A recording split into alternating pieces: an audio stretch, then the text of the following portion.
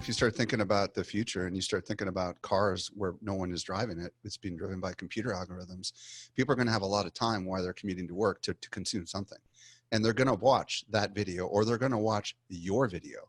And I've got some interesting statistics, Jay, which leads into your second question. If you want, I can share them with you about what marketers are doing with video. Our research shows that only 43% of marketers are planning on doing anything with live video. And that's pretty shocking. The vast majority have no plans to do anything with live video. Only 12% are utilizing YouTube ads, and only 41% plan on doing anything more with YouTube ads. And 71% do plan on doing more video on YouTube, but not ad video. We're talking organic video, and 75% want to learn more about it. So what these trends show me, based on our 2019 social media marketing industry report of about 4,500 marketers, is that marketers are beginning to understand and wake up to the need to do organic video content specifically on YouTube. I think what's going on here is Google is playing a lot of interesting games here. Like they've got this skinny bundle thing where you can pay 20, 30, 40 bucks a month and you can cut your cable, right? And you can get all these traditional network. It might be that because they're so scared about burning that relationship with those providers of traditional television that they're not willing to compete with those people.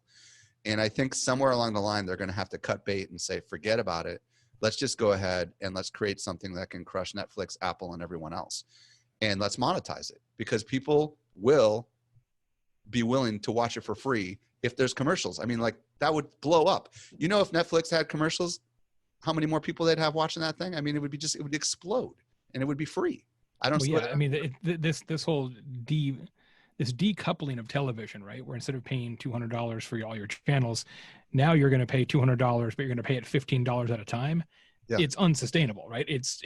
Now I have 7 different bills and 7 different credit card charges because I got to pay Apple every month, and Disney, and Netflix, and NBC, and ABC, and whoever else is coming in this game. That is not going to work. Like, I understand why we're in the place we're in, but 2 years from now, consumers are going to say this is stupid, and something else is going to happen. You talked about this idea of getting your views for each YouTube video up to 25,000 per episode at some point. Mm-hmm. What do you believe? You do a lot of experiments. What do you believe is the key to unlocking that? Is it the content and kind of what you're doing shows about? Is it the titling? Is it the search optimization of each video? As you look out over the next 18 months, what's going to get you there? Well, it's really fascinating. I'm an analytics geek, and what's really cool about YouTube is when you go into your analytics, there's this category, this tab called reach, and they show you exactly how many people they showed your video to, and they show you a little funnel, and they show you what the click-through rate is, and then they show you what the watch is. So the key to everything is YouTube samples your video to people that they think are going to like it, and then it watches to see how many people click on it, and they give you the option to alter the thumbnail. So the thumbnail is absolutely essential because it's the big thing that everybody sees. And the thumbnail and the headline, we're beginning to understand, play together.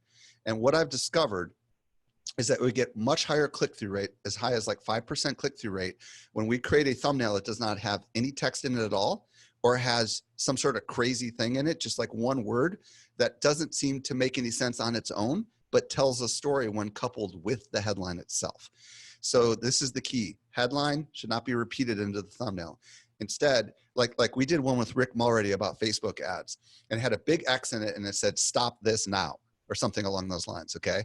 And the title of the video was like, how to use Facebook to find ideal custom audiences, or something like that. And it created that intrigue, and it's got high click-through rates, okay? So that's the first thing.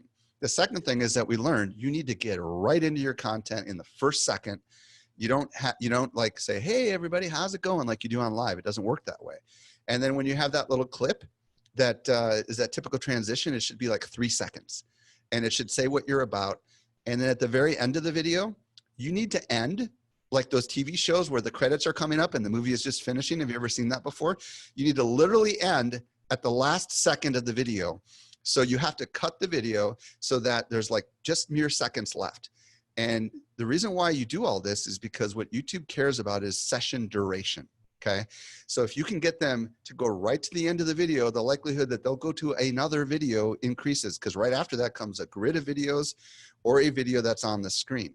So these three things coupled together have helped the session duration. And when you have a good session duration, YouTube is going to lift your video above somebody else's because they know it's going to keep them on the platform better, longer. As you talk to social media practitioners, as they come to your conferences and as they read your publications, I'm curious if you feel that the young kind of social media community managers out there, the rank and file that are doing this each and every day, are they seeing kind of a career path to more senior jobs in this industry?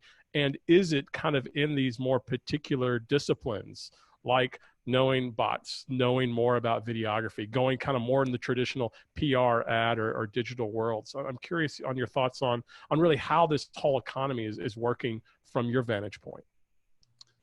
Yeah. I haven't really thought about the people that are entering into the industry, but I can say that I don't have any empirical evidence on this, but I can say from my own observation that it seems like they're almost all focused on Instagram and YouTube. We're talking about the people that are like young, you know, yeah. They all want to be influencers, you know, they all want to be famous. They all want to figure out how to game Instagram, YouTube, and TikTok, by the way. Like, I cannot begin to tell you how many young people think that they're the hottest thing in the world because they had 1 million views on their TikTok video, even though nobody knows who they are, you know? So for them, they, and even my own kids, they just see it as a rocket ship to fame. And they just assume that they're going to get some sort of something that's going to come from it. And I don't see a lot of the fresh out of college people that are, or the really young people that are the high schoolers, really understanding how much everything has changed and how different it was even just a couple of years ago.